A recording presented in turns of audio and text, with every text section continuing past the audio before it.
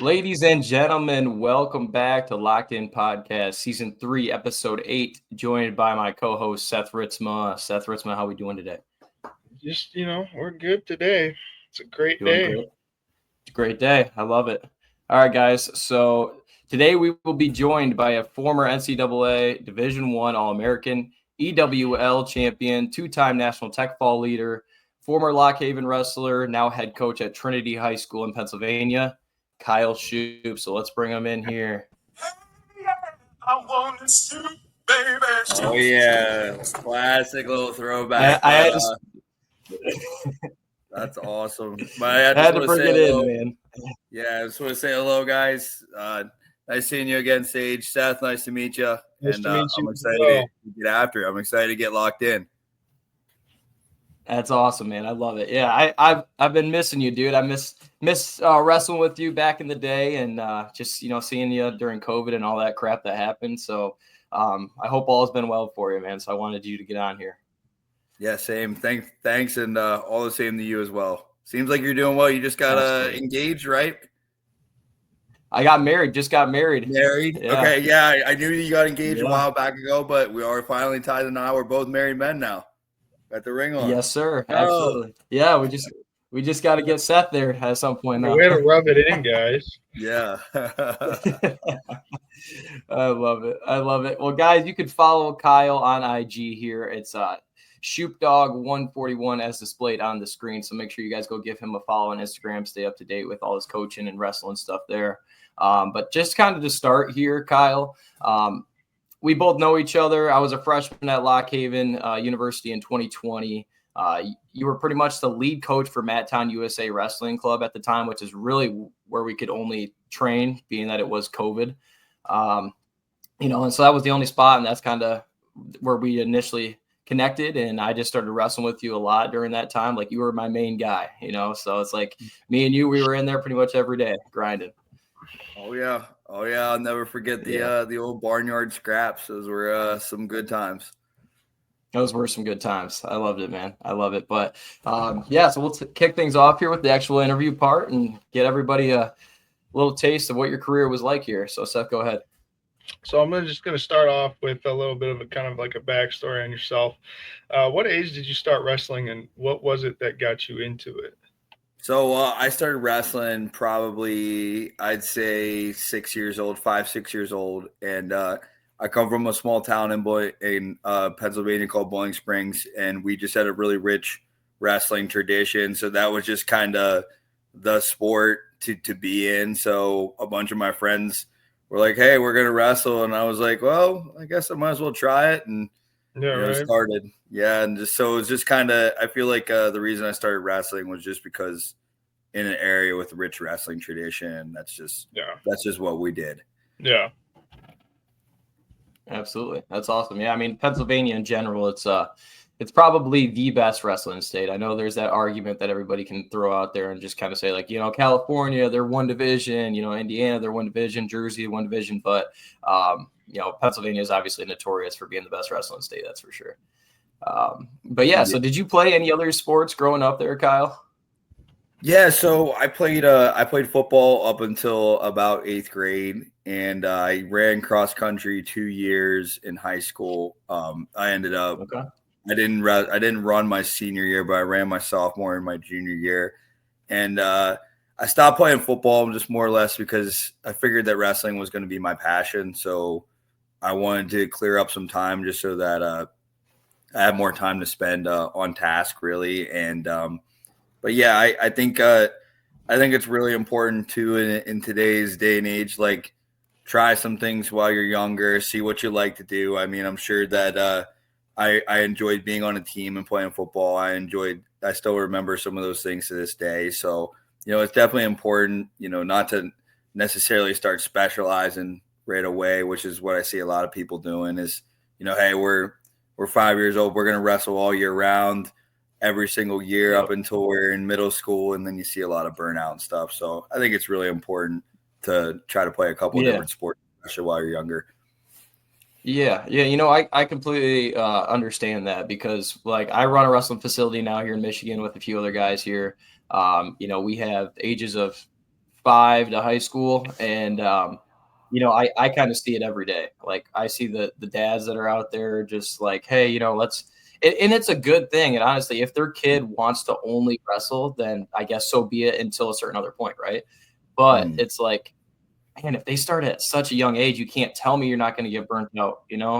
There's only like certain people that are like Bo Bassett out there that'll actually, that's what they do. That's their sole purpose. They were made to wrestle. That's it. I think exactly you hit the nail on the head. Just kind of talking about how they should, not necessarily specialize until when it comes to the point of like, later middle school, 8th grade. It was like, okay, I know this is what I want to go get a college scholarship for. So this is what I'm going to do. That was I see it every day, man. I completely agree with you on that one. So I know you kind of touched on it a little bit. I see Seth. Go ahead. I know you kind of already touched on it a little bit in the first question with where you grew up. So I'll just ask this: what was it like growing up in a small town for you? I think personally, it was the best thing for me. Knowing I knew every single person in my graduating class. Just the relationships that you're able to build when you're in a small town. But it was just really important. I think it just being in an area where you can go outside and do things and go on hikes, be in nature, and just be around good people in a small town. It really shaped me, and Right. it also, I feel like, just shaped my interest in what I like to do even to this day. There's some people that they want to go to a shopping mall. I'm a guy where I want to go outside, get a line wet, go hunting, go fishing, be outside. So I feel like just coming from a small town, and that's kind of just shaped me into what I like to do outside of sports, and just my escapes in life are just a little bit different than some other people's. Oh, 100%. Yeah, definitely. Where you're from definitely molds you into who you are later in life. So I completely agree with that. Yeah. Yeah, we'll touch on the fishing stuff a little bit later because I know how big of a fisherman you are. So we'll touch on that a little bit later. But yeah, so what high school did you attend again? And then talk a little bit about your high school career for wrestling, how you did in your whole high school career. Yeah, so I attended Bowling Springs High School. So that's basically like right outside of Carlisle. So if you look at the big map of Pennsylvania, you have Harrisburg, which is the capital. I'm about 30 minutes across the river from Harrisburg. So, close to a major city, but not like crazy. I mean, Harrisburg's still smaller than like Philadelphia and Pittsburgh, but I'm right here. Bowling Springs is a small town. So again, 168 people per graduating class. I wrestled there. I started at 126 as a freshman, was like 39-12, 126 again as a sophomore, finished like 40-8, 40-9 around there. And then junior year went up to 132, state finalist that year, wrestled Ian Brown, who ended up going to Lehigh Valley. He was right down the road in Hanover, and then was like 40 something. And I forget, I think I was like 40 something and 5 around there record wise.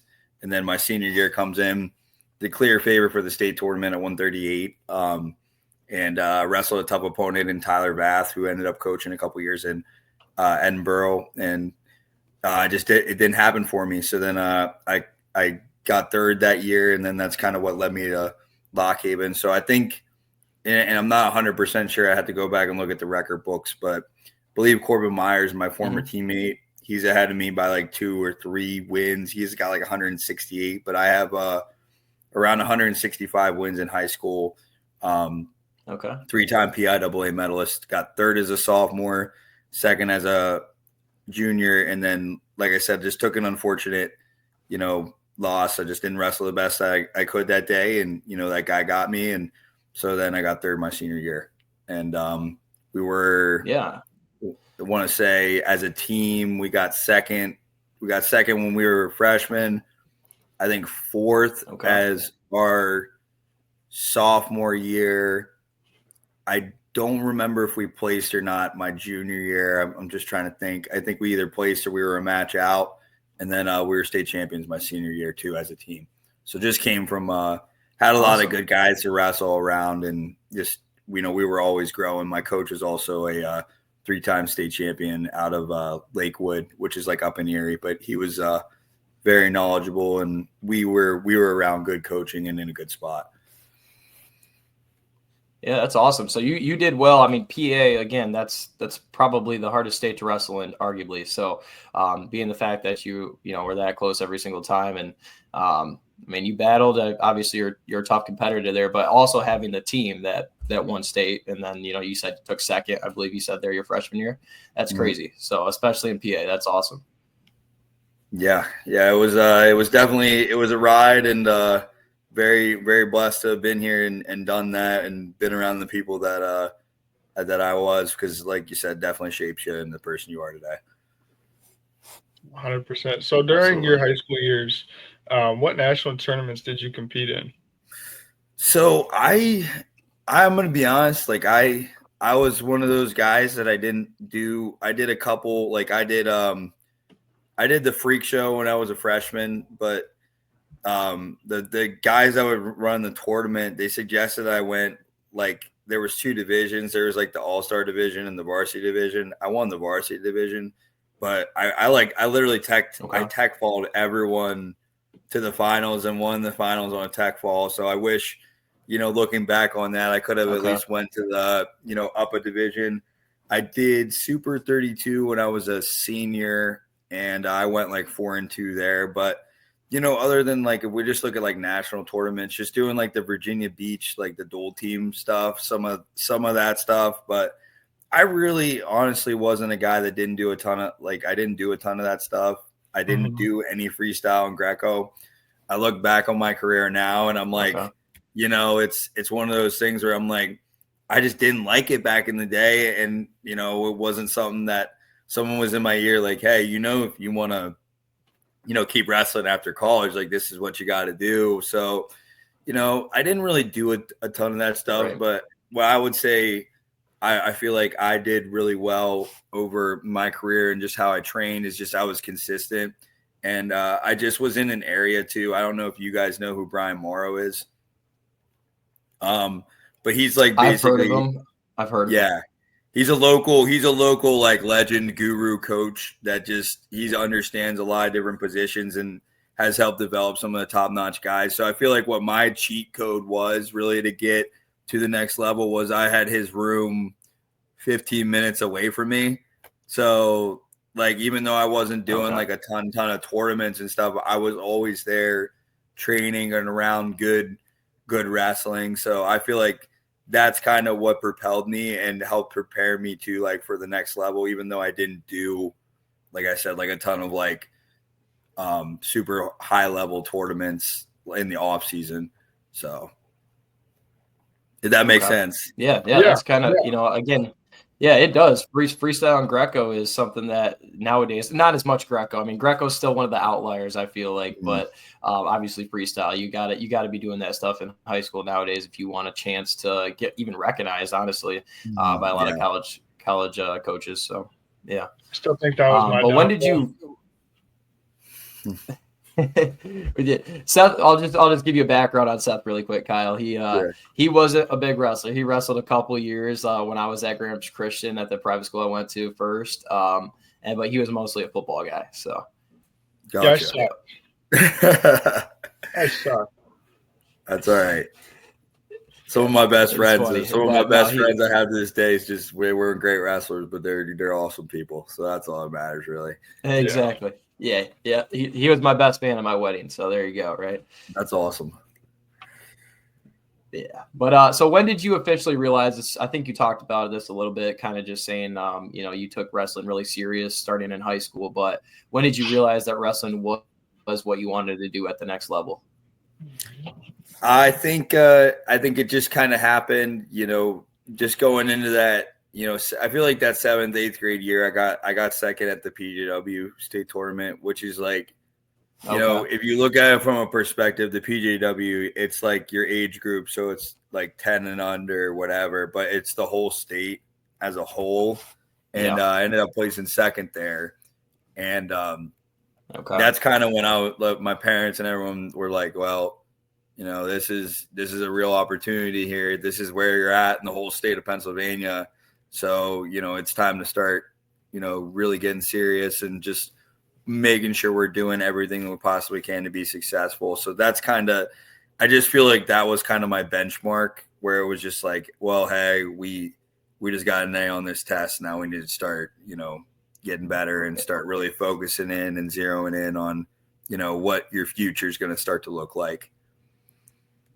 Yeah, absolutely. That makes a lot of sense, honestly. I mean, we talk about it all the time, and just kind of as a club, just understanding that like PJW is like sometimes that's harder than those states that have actual, you know, 4 or 5 divisions. It's like PJW, it's you're an 8th grader, you win that. I mean, you're the shit, really.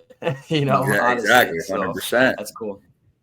Yeah, and then really, to be honest, it's just like once you have that level of talent, and you know you have that level of talent, it's maintaining that level of talent for now 4 years. Exactly. You know, so it's just like it's also making sure that that's translating, making sure you're still getting better, because like you said, how many guys though in the 8th grade that have won that state title that you look at them 3-4 years down the road, they're not, their name's not even in the conversation anymore. Exactly. Don't get a high horse in your 8th grade year. Make sure you stay focused, right? Oh, 100%. Yeah, you have not arrived yet. I don't care what you've won or what you've done. You've not arrived yet. Exactly. So we know that you ended up choosing Lock Haven and going there for wrestling, but what other college choices did you have? Yeah, so that's a great question. So whenever I went into my recruiting, you know, I wasn't a 4.0 student. I wasn't let's say I was still above a 3.0 student. So I was like probably like a 3-4 student. And back then this is like when the SAT and the ACT are a big thing. So I take my ACT, I forget exactly what I got, but I did better on that than my SAT. But so I started looking at colleges. I looked at Rutgers, Bucknell. I had a couple other guys reaching out to me, but whenever I started to kind of zero in, I didn't have the best test scores on these things. So, you know, once those college coaches see that and they're just like, well, you know, there's a guy from Indiana. He looks like he's around the same skill level as you, but he's got a 4.0 and he's, you know what I mean? So that's just kind of what happened with some of those schools I was talking to. And then I basically that's what made me zero back in. So I basically knew I was going to be a state school kid. So I looked at Lock Haven, Edinburgh, and Bloomsburg, and those were kind of my big 3. And then that's where I kind of made my decision from there.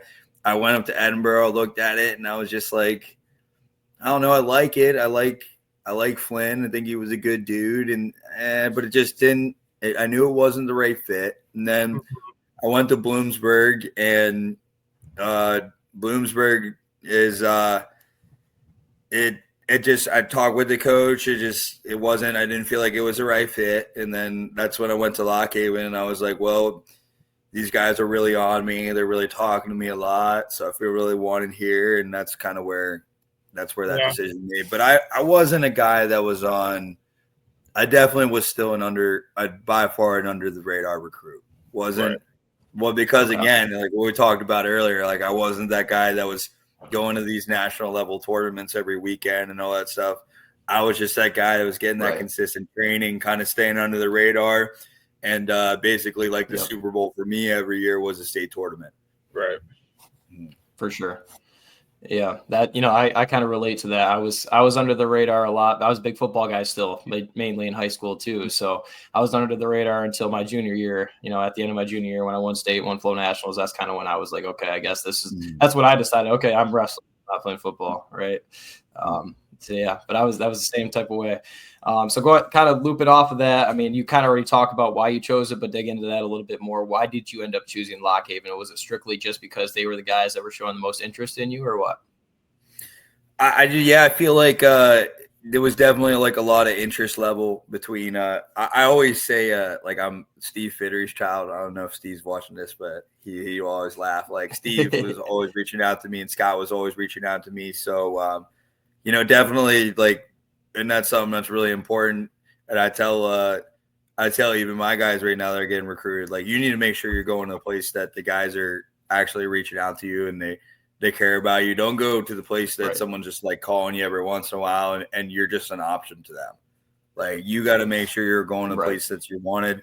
And I also just feel like I did a couple camps up there and it was just the area in which I spent the most time in my recruiting process. So I had a little bit of just like familiarity with the place, a little bit of familiarity with the guys on the team. And I also feel like another big draw, especially, is that Lock Haven is very notorious for recruiting my district, which is District 3. District 3 is the same place that like Chance Marsteller came from, Thomas Haynes came from, Ronnie Perry came from. So there was just a long list of guys around my area that were choosing Lock Haven. So I feel like whenever I was kind of just in their same shoes, and I was just like, well, even too, it's kind of crazy. I think about it too. They used to have this Lock Haven commercial on the television. Okay. Like back in the day. Really? Yeah, they used to have a commercial and I remember even watching like wrestling matches or whatever, and Lock Haven maybe be wrestling Penn State, it'd be on like television, or whatever. But I just remember it would just be a little commercial. It was like, you got to get to the Haven, you got to get to, and then it would say that a couple of times, but then there'd be wrestling in it. There would be like, you'd see the guys in the commercial wrestling. So I was like, well, if I'm going to do this and I'm going to do it at the highest level, I might as well stay. Another thing too, I also feel like that made me want to choose Lock Haven. I wanted to represent Pennsylvania. Like I'm a Pennsylvania kid. Right. I wanted to stay in the state of Pennsylvania and represent Pennsylvania. That's what I'm about. And that's what I wanted to do. So that also kind of like seeing all that stuff and in combination with each other, I was just like, well, this is where I think I can do it. And this is where I can be the most successful. It's awesome. I like that. Kind of touching on that before we hop into the sponsor of today's episode, I want to talk about Unstoppable. Anthony Robles, did you see that movie yet? It just came out actually a couple days ago. No, I didn't yet, but I definitely I've seen the previews. I've seen everything and all the hype leading up to it, and I'm extremely excited to see that. And I'm really happy that we're putting movies out like that. Like that's the kind of stuff that I think people need to see in today's society, is see people that, maybe, people write them off, but, you can achieve high things with hard work. Sorry. You can achieve great things with hard work. And, I'm really excited to see that. Have you guys seen it? I mean, just to touch on kind of, I did. Yes. I watched it when it first came out, the day it came out. And the big thing I kind of noticed, so like going off what you were saying, like telling your guys nowadays, is go to places that are showing interest in you, right? As opposed to the ones that really are just looking at you as another number.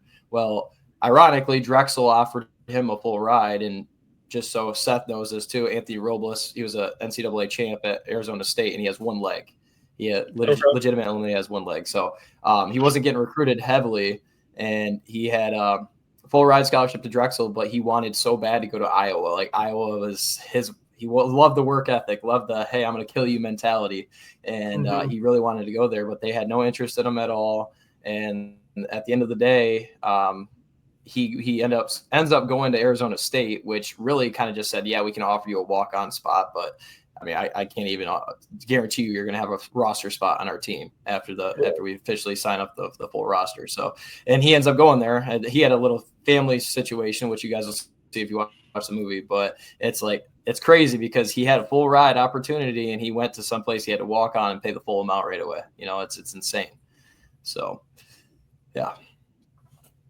Yeah, I mean, it's a hell of a movie, though. You guys got to watch it. So, yeah, it is crazy. It is crazy though, because again, there are stories like that where people kind of do, turn like you said, do a complete 180, and they are successful, but it's all about what you see in your heart too. Like you gotta, like, especially Anthony in that situation, like if he knew in his heart that was the right decision. So that's my message to the guys going through the recruiting process is, let your heart speak to you, right? And follow your dreams. Absolutely. But be realistic with yourself and what you're willing to sacrifice to be that person. So you gotta understand what Anthony obviously sacrificed to be and do that, and it's awesome to see. But you just gotta understand it takes a different level of commitment to, succeed at the highest level.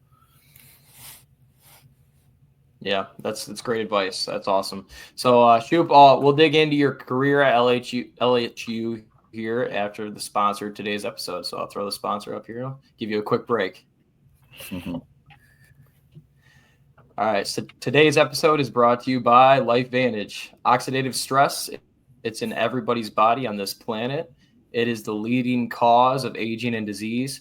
What if we could reduce that by 40% in just days? We can. With one NRF2 activator taken daily, your oxidative stress levels will be significantly lowered while supporting the body's natural ability to repair and rejuvenate its own cells. Activate healthy aging today with one little yellow pill. If you'd like to learn more or purchase NRF2, reach out to me directly on IG at SER_Sage or visit the link tree in my bio to check it out, the LifeVantage website for yourself. Thank you, LifeVantage, for sponsoring today's episode. Yeah, that's something I'll send you when I send you your hat here, Kyle. I'll send you a little info on that too, and you can dig into it a little bit. I started taking it when I had all my knee problems, and when I stopped taking it, I definitely could tell the difference between the pain in my knee and when I was taking it compared to when I wasn't. So it's a good thing just for the everyday healing and oxidative stress. Perfect. That's exciting. Yeah, awesome. So Thank you. We'll dig into that. I'll send you that. Absolutely. No problem. So digging into your time at the Haven, how was the overall adjustment from high school wrestling to college wrestling for you? I feel like you're a good person to ask this question for.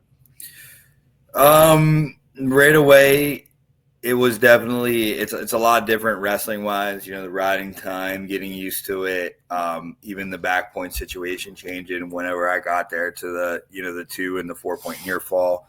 But the biggest thing that I did that I really regret, and that if I wish I had to do it all over again, I would have taken it more seriously, was just taking my freshman year seriously. I was just in a position where Dan Neff, who was an NCAA All-American, was ahead of me at 149, and Ronnie was at 141, or actually he might have been at 133, but either way, I just was in a position where, it was basically, you're put on the shelf for a year, but you're going to go do all these tournaments. And I honestly didn't really take my training as seriously as I should have. I should have been training to be a national champion and be an All-American right away. And also training with the fact that, you got to understand that the guy in front of you can go down tomorrow. And, are you ready realistically to go in there and step up and help your team do a victory during a big dual meet, right? And I just honestly didn't do those things. So my transition right away wasn't the best. I mean, my first semester, I skated by academically. I think I got like a 2.7. So I wasn't doing too bad academically. And then the next semester also, I got below a 2.0, and it just wasn't really panning out for me the way that it needed to be happening. So I feel like my advice to the next generation is just right when you walk in, you got to train like you're going to be the guy. You got to train like, again, you got to train like it's your last day, because I took it, like I said, I didn't take advantage of everything that was in front of me to get the best that I possibly could to the next year. So basically what happened was, in between that summer between my redshirt freshman year and my true freshman year and my redshirt freshman year, I basically just had to play a lot of catch up then.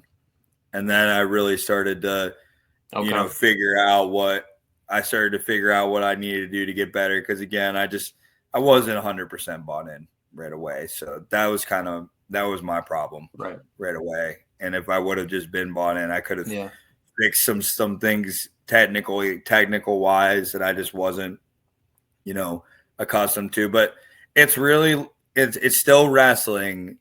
It's still 100% wrestling. It's just at a higher level. It's just you're around guys that are better than you, because you just got to think about it. Atypically, when you're a Division I high school recruit, you're the best guy in the room. You are the guy. If you're not the best guy in the room, you're still able to go compete with the best guy in the room most of the time, right? And you're at least close. You're at least scoring points. You're doing all that. When you walk into the college room right away, you're not doing any of that. You're not scoring. These guys that you're wrestling are taking it a little more personally, and you basically just have to love the fight. You have to love the fight right away when you get in, and you have to learn how to fight back, because, that's the other thing too. If you're a true freshman and you walk in there and you're wrestling that redshirt senior, right, that first day he beats you up, but you don't quit, right? That's noted in his head. Well, guess what? Now the next day you wrestle him, right? He may have beat you up, but now you got a takedown. Now the next time you wrestle him, you're taking him down 2-3 times. Now you're starting to, that's how you open up that doorway, is every single day matching the fight of your teammates, and coming in with great energy and making adjustments. That's the other thing too that I really realized from that summer. Yes. From not necessarily having the best training to starting to really train at a high level was, if I was doing a single leg or I was doing a double leg or I was doing a tilt, I was like, okay, hey, what's one thing that I'm missing here? Is my shoulder in the right place? Am I tabling the leg the right way? Am I applying pressure with my shoulder the right way on my cross wrist? And it's making small adjustments every day, because realistically, wrestlers are not perfect.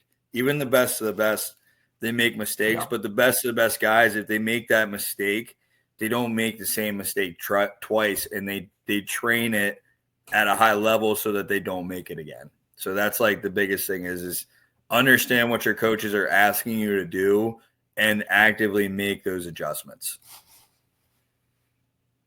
Yeah, that's great. I love that. And it's kind of like how I focus in when I do individuals with kids, as it's all it's things that they did about 1 million times throughout their career if they're a senior in high school, right?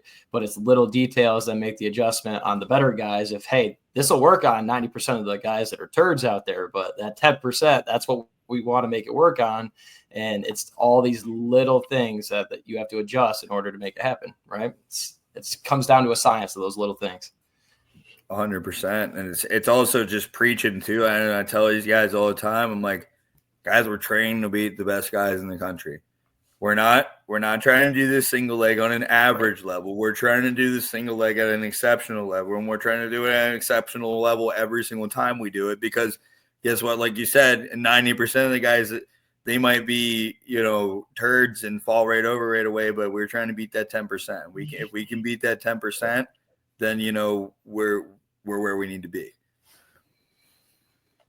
Now, kind of shifting from wrestling more so to the school side of things with college. What was your major in? Yeah, so my major was in business management. I tell people all the time, though, I just majored in wrestling and I got a degree. Yeah.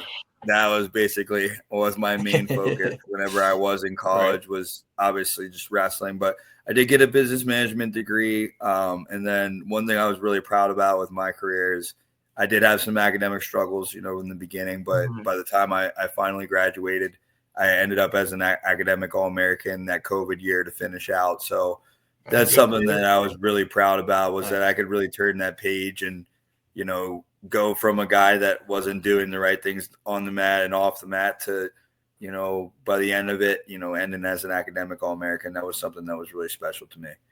Yeah, good for you, man. Thank you. Yeah, that's awesome. Thank you. Yeah. Yeah. So now digging into LHU, touch on your whole career there. Each year, obviously you already talked about the academic struggles. As far as the actual wrestling, obviously you were an All-American. Kind of touch on that and how you finished out your 5 years there then.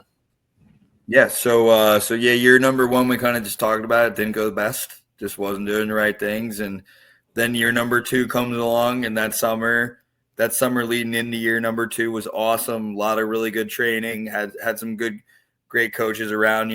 Obviously, I think Nate was just coming on board. Okay, we had Coach Thompson, who now coaches for Arizona State, and then Scott and Rob Weichel around, and obviously Bob. I think Bob Ream was on staff, so we just had some good guys around. But the level of training increased. It was really focused in on, hey, okay, I know Ron's going to be at 141 after just graduated. He went to, I forget where he went to coach right off the bat, but he's getting into coaching, and now it's time for me to step in this lineup and be a difference maker.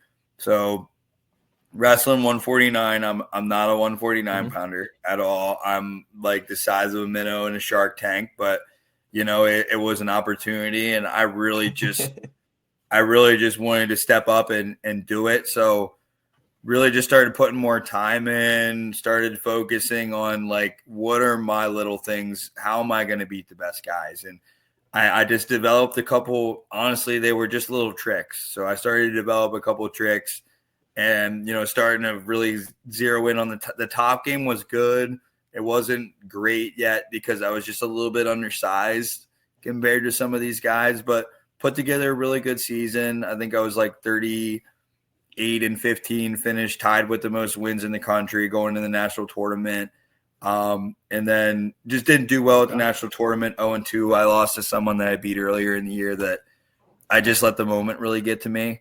And I was just more or less happy to be there because, like I said, I'm wrestling up a weight. I'm not the strongest, not the biggest, the strongest. Took some L's throughout the year, but put together a good resume. Then walking into my sophomore year, I just remember at the national tournament as a freshman, Ron comes up to me and he's like, "Hey man, I'm just letting you know I'm going to go 149 next year." And I was like, all right. I was like, that sounds good.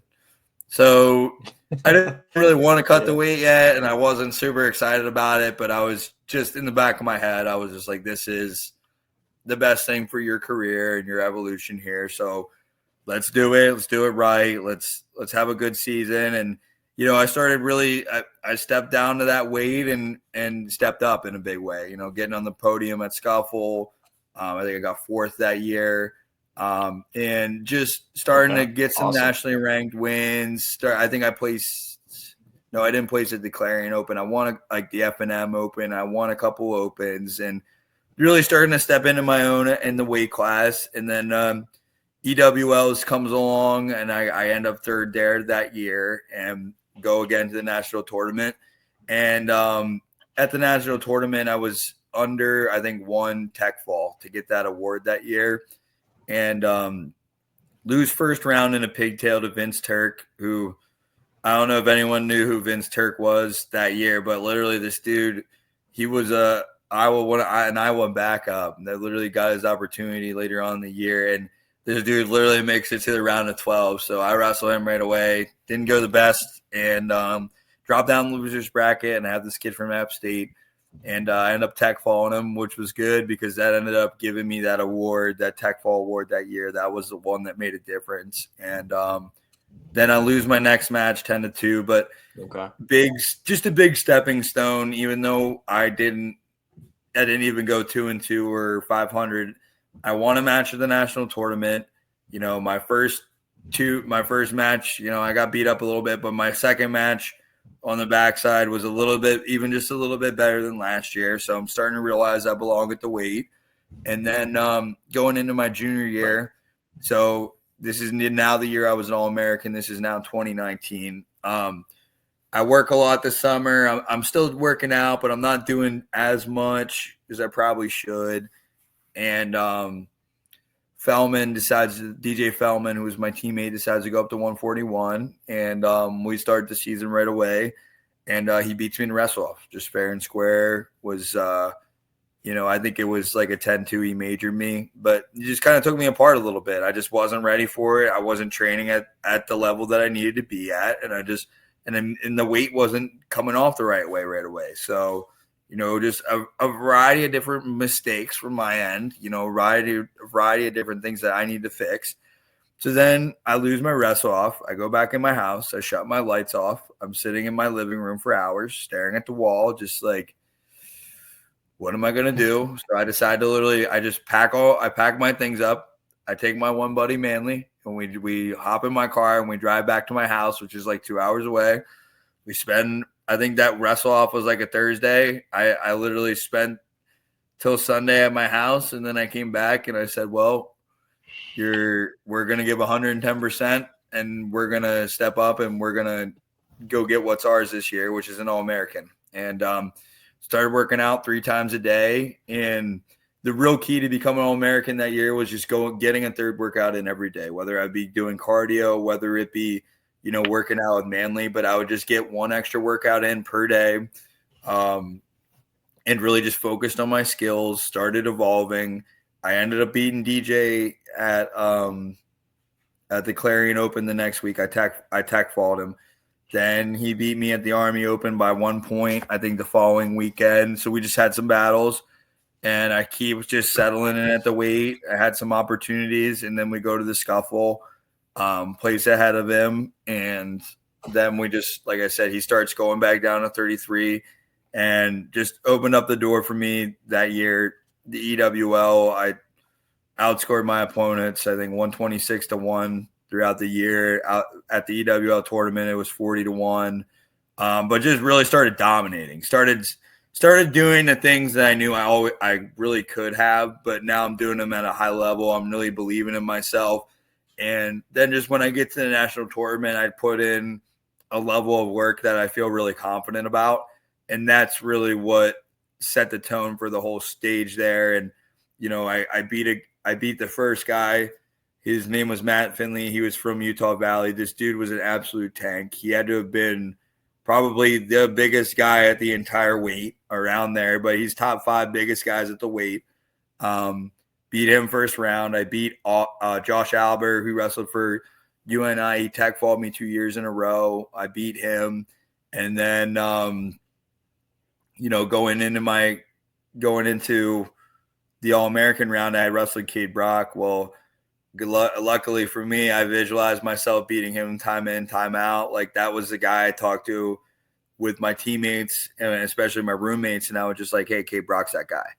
Cade Brock's going to be that guy that I'm going to have to beat in the blood round. If it's not Cade Brock, it's going to be someone that's the same caliber as that dude. Maybe he's the guy I'm going to have to beat in the All-American round is going to be an All-American.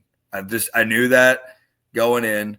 So I ended up getting it done. Just belief in myself. I finally doing the things in wrestling on the level in which I truly could. And ended up placing 7th that year. And then just leading into my senior year, things just did not go well because I let negativity impact me. And I just didn't do my weight right to begin the year. It took me literally, I think it took me 10 tries to make the weight certification, the hydration test. Like, I made the hydration test about 10 times. And That's crazy. Yes. So I was literally 0.1 or 0.2 off at least 4 of those tries. And I respect my athletic trainer because they wanted to make sure I did it and I did it right. And, I just kept missing the marks and, right. It didn't happen for me right away. So now I start the season back a week because because we were just at this point, the coaching staff and I, whenever I made it, we looked at the time in which I couldn't actually make the weight and wrestle, and I had to miss the first competition. So it was just an unfortunate thing. So I get started right away at the Navy Classic. I'm already struggling to make weight, and just basically a variety of impacts of negative energy to around me. I didn't put the right people beside me. There was just a lot of negative things happening, and I didn't separate myself from that. And I let it wear on me. I got to the point where I was starting to count down my weigh-ins, and that's never that's never a good thing. That's never a good thing. You should always want to be excited to compete, but it just because again, just the environment that I put myself around, it took a lot out of me, and I didn't have the best senior year. So that's the one thing I do regret, and it's just unfortunate too because we look back and you always tell your kids too, like you want to focus on the things that you can control. Well, you can control, who you're around. You can control the people in your life that you're deciding to put yourself around, and you make, if you make a mistake, fix it. But it was just one of those things where it's just kind of too far gone. And if I would have won, realistically, I was like 22-7 that year. If I would have won 3 of those matches, if I just would have got 3 of those matches back, I know that we didn't do like official, like an actual wrestling tournament to determine All-Americans, but I get 3 of those matches back, I'm probably an All-American again. Yeah. Right? Like a quote unquote, either an honorable mention All-American or the second team All-American. I don't think I would have been first team, but I just didn't control the factors that I needed to deserve or earn that. And that's just something that, again, don't ever take anything for granted, because you never know what's going to happen tomorrow, because we just live in crazy, crazy times. Let's put it that way. Exactly. And we do. Yeah. But forever thankful for my time at Lock Haven, and still feel like we, made the most out of my opportunities. Are there things that I would change, or there's some things that I would do differently? Hindsight's always going to be 20/20. Everyone's going to write their own story. Everyone's always going to make their own mistakes. But I was really blessed to be around good people and be able to have the opportunities that Lock Haven gave me and my coaching staff gave me. So forever thankful for my time there. Just like I said, when I talk about these things, it's always just everyone has those moments in their life where they're just like, oh man, that one thing, that one moment might have made a difference. But we make mistakes and we live and learn. No one's perfect. There's no such thing. I'm a strong believer. One thing I say is there's no such thing as mistakes. They're just lessons. Yep. 100%. So as long as you can learn from it, then you're better off for it. So yeah, I agree. So so now getting into the next one, you're a 2-time national tech fall leader. So explain that for the people listening that may not understand, including myself, because I have no idea what that means. What does it mean when you accomplished it? Like how important was that for you? I think it was just a testament to my top game and just the things that I've perfected over a lifetime, right? Yeah. Like that was just, it was one move that literally made me the tech fall leader, and that was a cross wrist tilt. And I learned that from Brian Morrow, and it was something that I learned at 8. I learned it at 8 years old, and I'm still using it today at 27 when I'm beating Will up. So the testament to that was just like almost a testament to perfect the move at its purest form and be able to use it on everyone. But a tech fall it's basically, so when we look at a dual meet, if you win by decision, you get 3 points. If you win by a major decision, which is over 8 points, it's 4 points. A technical fall victory is worth 5 points, and that's when you beat someone by 15 points, which is basically a statement. Which every single win that you can get by technical fall, that's a statement. That's kind of how I look at it. And then a fall is 6 points. 100%. So basically, what that award, like I said, what it meant to me is just. It was just the perfection of a move. It was a perfection of a process. It was, being able to do that, do a tilt at any position at any time and be the most dangerous wrestler in the country. Yeah. And I don't even think, I think I may have pinned one guy in my entire high school. Sorry, not my entire high school, my entire college career. I may have pinned one guy. That was just my MO. That's just when people, and that's what I wanted people to think of when they thought of Kyle Shoop wrestling was, hey, like that dude's going to try to grab your wrist. That dude's going to, you're gonna give up back points at some point in the match. It's just whether you could weather the storm and beat him. Everyone thinks that they could beat me on my feet, and that's basically where 90% of people beat me. Was they just knew that if they were going to beat me, they'd have to make it a battle in the position. So, but yeah, no, that's what that award kind of meant to me, and it meant a lot to the program. Just thankful that I was able to bring that back to the program, and I had people around me that were just constantly helping me to develop in those other positions so that I could get on top. Right. And that's kind of what my coaches were. My coaches really, they helped me they had definitely helped me with top in college, but we really focused on how do I get a little bit better on my feet and how do I get a little bit better on the bottom? Because if I can get a reversal on bottom, I'm back on top. If I can get a takedown in the first 20, 30 seconds, now I'm on top, and now I have 2.5 minutes to work. So, yeah, it was something that's really special, but it was just something that it wasn't something that I went out in the beginning of the year and I was like, oh, I have to have it. I have to have this. I have to have that Tech Fall award. It was just something where I was just like, that's my style. I'm always looking to score points. I'm always looking to be dangerous, and I'm looking to be dangerous at every single second. Yeah. And always looking for that cross wrist. Never stop looking for it.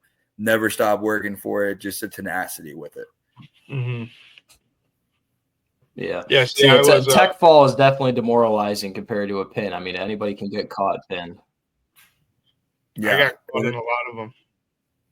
Yeah, and what's crazy nowadays too, when you look at the tech falls, the tech fall times are, I swear, we're slashing hours off these tournaments now with the new tech fall rules, because you get a takedown and a turn. Now we're looking at, you're already up 7-0. You cut that guy and you take him down and turn him up again, you're up 14-0. All you need is one takedown and it's a tech fall. So I do think that the new scoring is good, and if you're really good, you can expose people. You really can now. In the, like I said, the 2-3 and the 4-point near fall and the 3-point takedown is crazy. It's good. Yeah, it really is. Yeah. I was just talking, Shoop. I was talking to Jake Skolton. He's one of the guys that helps run the facility, one of us 4 guys there. And he was talking about how good you were at a cross wrist till, and that's kind of his thing too. And I'm like, yeah, dude, I used to wrestle with him, and I was 20 pounds heavier than him, and he'd still get me in a cross wrist till. I couldn't defend it. Good times. Yeah. I mean, the cross wrist. It's just one of those. It's one of those things that, regardless of whether you're, I mean, it's not really a heavyweight move, but I'd say it's one of those moves from 125 to 197. You have to know it, and you have to have it in your back pocket, just because it's such a quick and easy. It's such a quick and easy score. There's just a million different times in a match where you can end up with someone's wrist. So if you can learn how to be dangerous from it, or at least have it in your back pocket as your rainy day move, it's going to carry you to places you thought you couldn't go. Absolutely. So kind of touching on that, the favorite move on your feet and on the mat, what are they? Obviously, cross wrist tilt is the one on the mat, but what's your favorite move on your feet? I'd have to say my highest percentage scoring move would be a knee pull single. But my favorite move of all time is just when that guy elbow passes, just stepping to the same arm or the same side as he has that elbow pass, and just throwing your elbow and hitting a shuck from there. That's probably my all-time favorite move, and just because it's just a disappearing act. You're basically Houdini. You're right behind him, and then right when you're behind him, then too, you have that opportunity to get that nice trip mat return, which is one of my favorite mat returns. So I'd have to say an elbow by from a shuck would be my favorite move. Most high percentage move, knee pull single to his left leg. Yeah, see, I wrestled heavyweight at like 225. So mine was just try not to get taken down until they get tired and then figure out something from there. Oh, 100%. You gotta and that's like the one thing too, like everyone needs to when you wrestle, like everyone needs to understand their style and how they're like gonna win. Like that's the one thing like with the kids nowadays too, like no one has a strategy when they go out there and wrestle. Like you need to be like, okay, hey, exactly from your point, you got to hand plate that dude down to an oblivion until there's 10 seconds left, and then you got to shoot real quick and you got to finish quick. See, that was my problem. I couldn't Right. shoot. I was working against terrible technique, and I was giving up at least 40 pounds on everybody that I was going up against. So I was really kind of screwed no matter what. Unless they tripped, I probably wasn't getting them down. Oh yeah, but you at least had a strategy of what you were going to do, right? True. You at least knew that, hey, this is how I got to win. I just knew every single time that my way to win was just get that first takedown. Yeah. You get that first takedown, boom, you're on top. And even if you give up the first takedown, well, guess what? Get their first reversal, because even if he gets a little bit over a minute of riding time on me, if I can get the reversal and erase that riding time, and now I'm on top, that's my best position to score. Yeah. So that's something also really important for the next, the younger guys, is just create a game plan. Like at least just think about it. Like if your best position's your feet, right, and there's 15 seconds left, the best way you're going to win is to probably cut them and take them down. If your best position's on top and there's a minute left, well, you better know what you're going to do in that last minute to go get that turn, and just figuring out those, almost putting yourself in those positions, just wrestling out of them in your head. Yeah. It's important. Yeah. So August of 2021, you were announced as the assistant wrestling coach at Buffalo. Talk about your time there and ultimately why you ended up leaving. Yeah, that's a great question. Extremely thankful for my time at Buffalo with Coach Stutzman. Coach Stutzman's now at Bloomsburg. He's doing some awesome things. But I got a call, so I was working at the Cage Training Center, which is actually located pretty close to where I'm coaching wrestling now. I've had a loose affiliation with them for the past 4 or 5 years, roughly.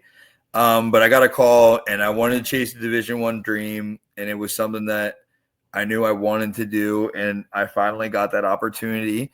So I went up there and visited Span, the one guy on my team. The team at the time was they knew what I liked to do, so they knew I liked fishing. So they buttered me up and they took me fishing. I caught a walleye, which I never caught before. The first time I was out there, I had a great time. So I was like, I'm coming. And my wife, who was working at this company called Ship Daddy, located in Newville, which is about 10 minutes away from where we were living. She was supportive of it. She was like, well, I'm going to figure out a way to get to you. We're going to have to figure some things out. Mm-hmm. So then long story short, a couple months later, she gets her stuff. She moves to Buffalo. But I move up to Buffalo. I start working. Things are going really well. We have a great year first year, 12-5, most wins in the MAC. I think we had 7 MAC wins. And things were just going really well. It was awesome. Loved it. And, was just creating relationships and understanding, what it was like to be a college coach, doing the recruiting trail. And it's a lot of work. Working at the Division I level, it may seem flashy, glamorous, when you look at like, oh man, guy's so lucky to be in the corner. But to get to that corner, you got to do a million different things. You got to do a lot of recruiting. There's just a lot of things that go on behind the scenes. Yeah. So fast forwarding into my second year, my wife moved up like a couple months into my first year while I was there. She started working at Wegmans. She just knew within like probably about like a month or two that just wasn't going to be for her. And the job that she was looking for, they called her back and they were like, hey, we want you to come back, and she decided that in the end that was the best move for her. And, ultimately too, which I think it was going to be the best move for our family, was to come back. So I told her I was supportive of her going back because I thought that was the best thing for her to do for her career. And then I had to kind of gut it out up there that season. It was unfortunate. It was kind of hard to do, knowing that you aren't going to be there, going into the following season, but just helped out and wanted to make the biggest difference that I could while I was still there. And we ended up, we didn't have the best season there. I think we went like one or two matches under 500, but we still wrestle one of the toughest schedules. And basically from that point on, and even when the first time I walked in there, it was just about learning what I wanted to take and kind of implement into my style. And but just finished out the year, and basically right after the NCAA tournament, I talked to Coach Stutzman, and we just made a mutual decision that it was the best thing for me to step away. And I stepped away, and I came back right away. And then I got involved with my old high school. So I was at Bowling Springs High School the previous year. And then I ended up back at Trinity. So, yeah. Okay. But definitely. So leaving. Go ahead. Sorry, I just want to say I'm definitely thankful for my time at Buffalo. And I learned a lot of stuff that I'm bringing with me to today. And especially too with Coach Stutzman's ability to develop freestyle and Greco. I've really learned a lot of stuff there too that I've been able to utilize here and make a difference. Yeah. Awesome.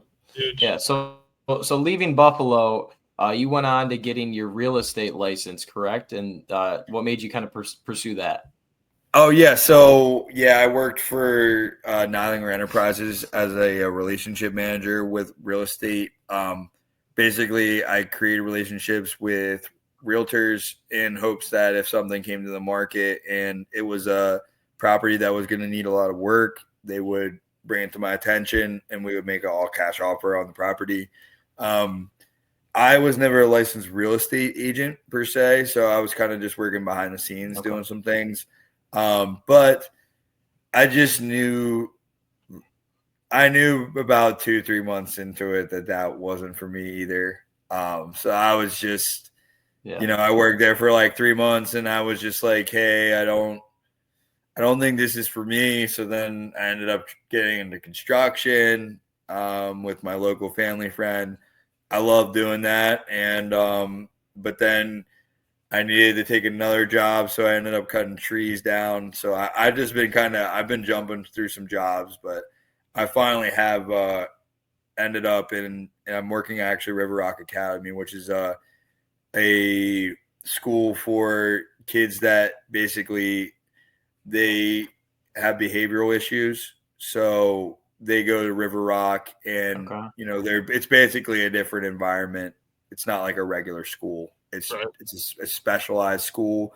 And I'm working with the elementary group there. So I kind of just bounced around, but I finally feel like I finally found a career that, will support me for the next 20 years. Yeah, good for you, man. That's awesome. Yeah. I got my real estate license to buy storage facilities for Gabe Dean. I actually work with Gabe Dean doing that. So I was interested to see if you actually got your real estate license or not to do that. Yeah.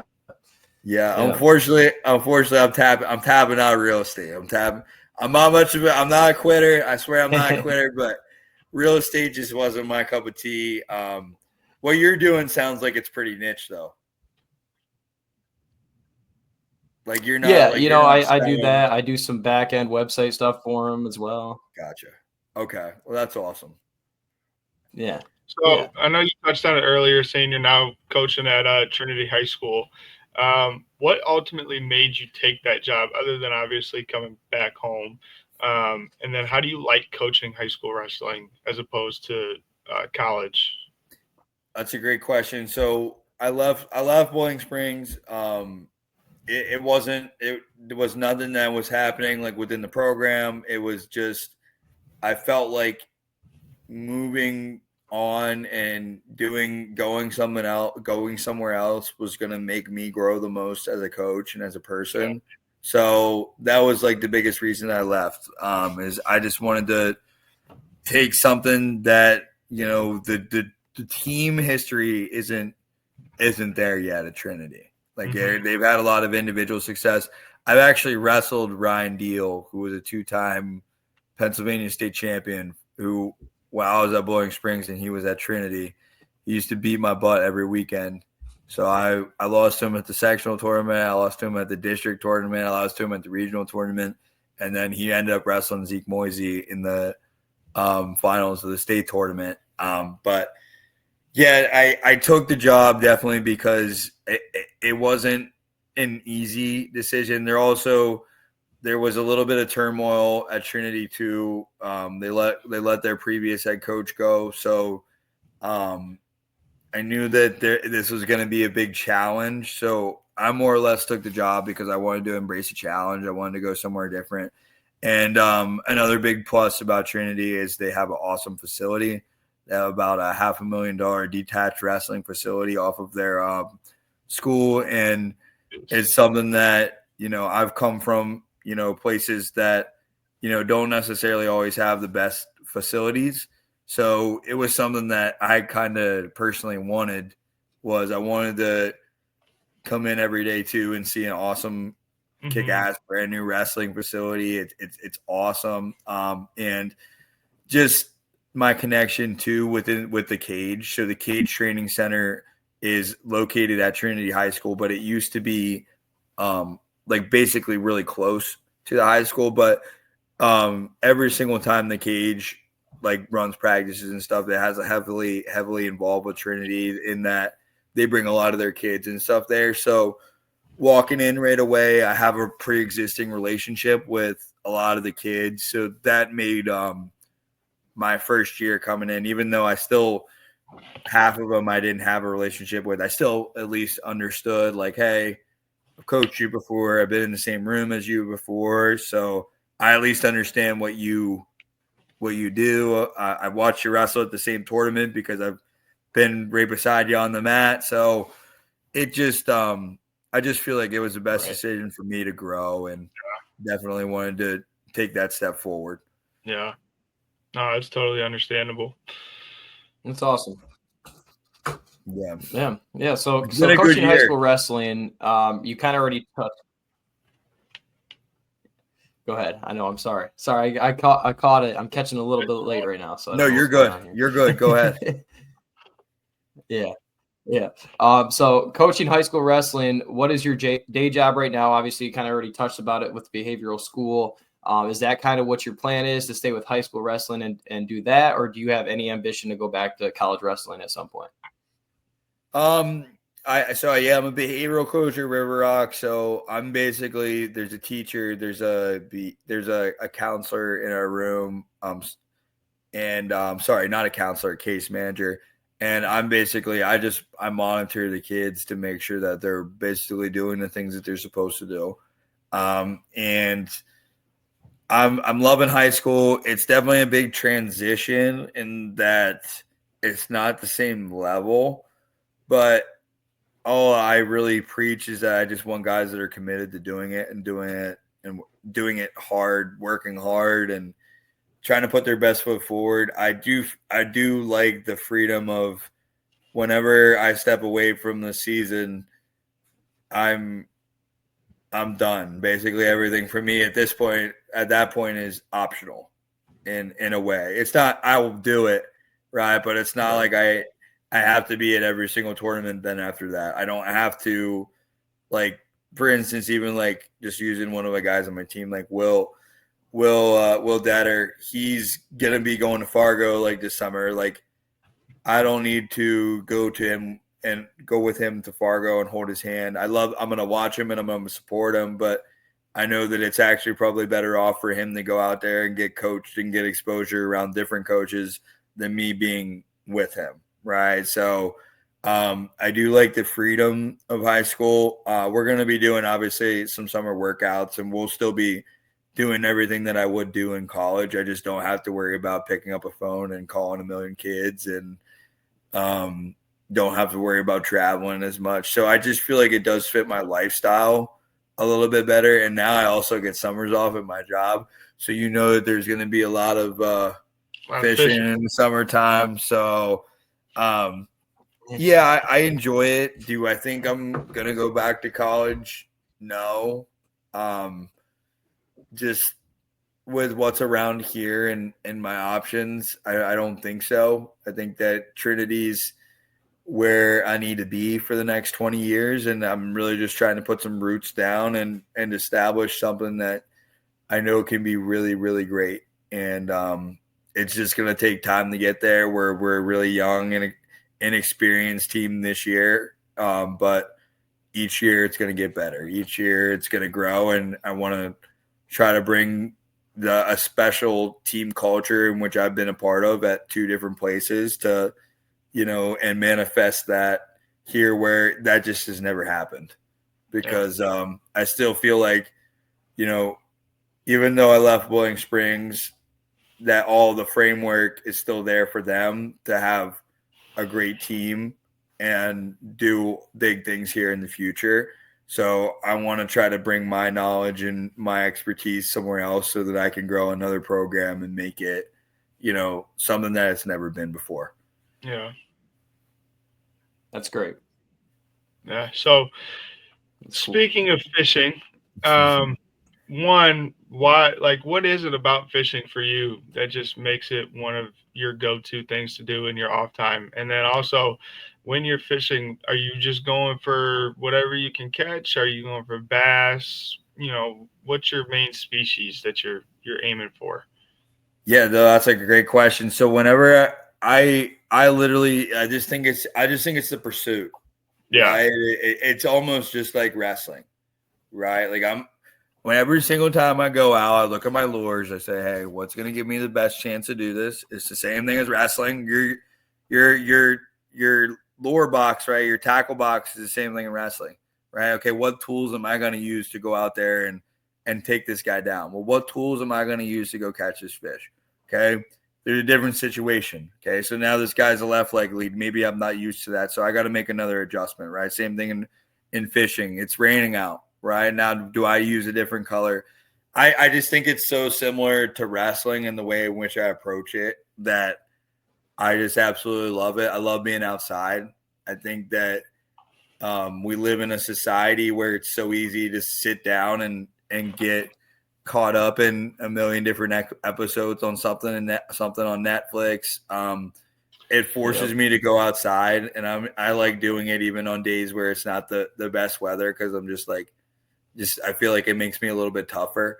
But I literally fish for almost everything that swims. So in Pennsylvania, we have a lot of smallmouth.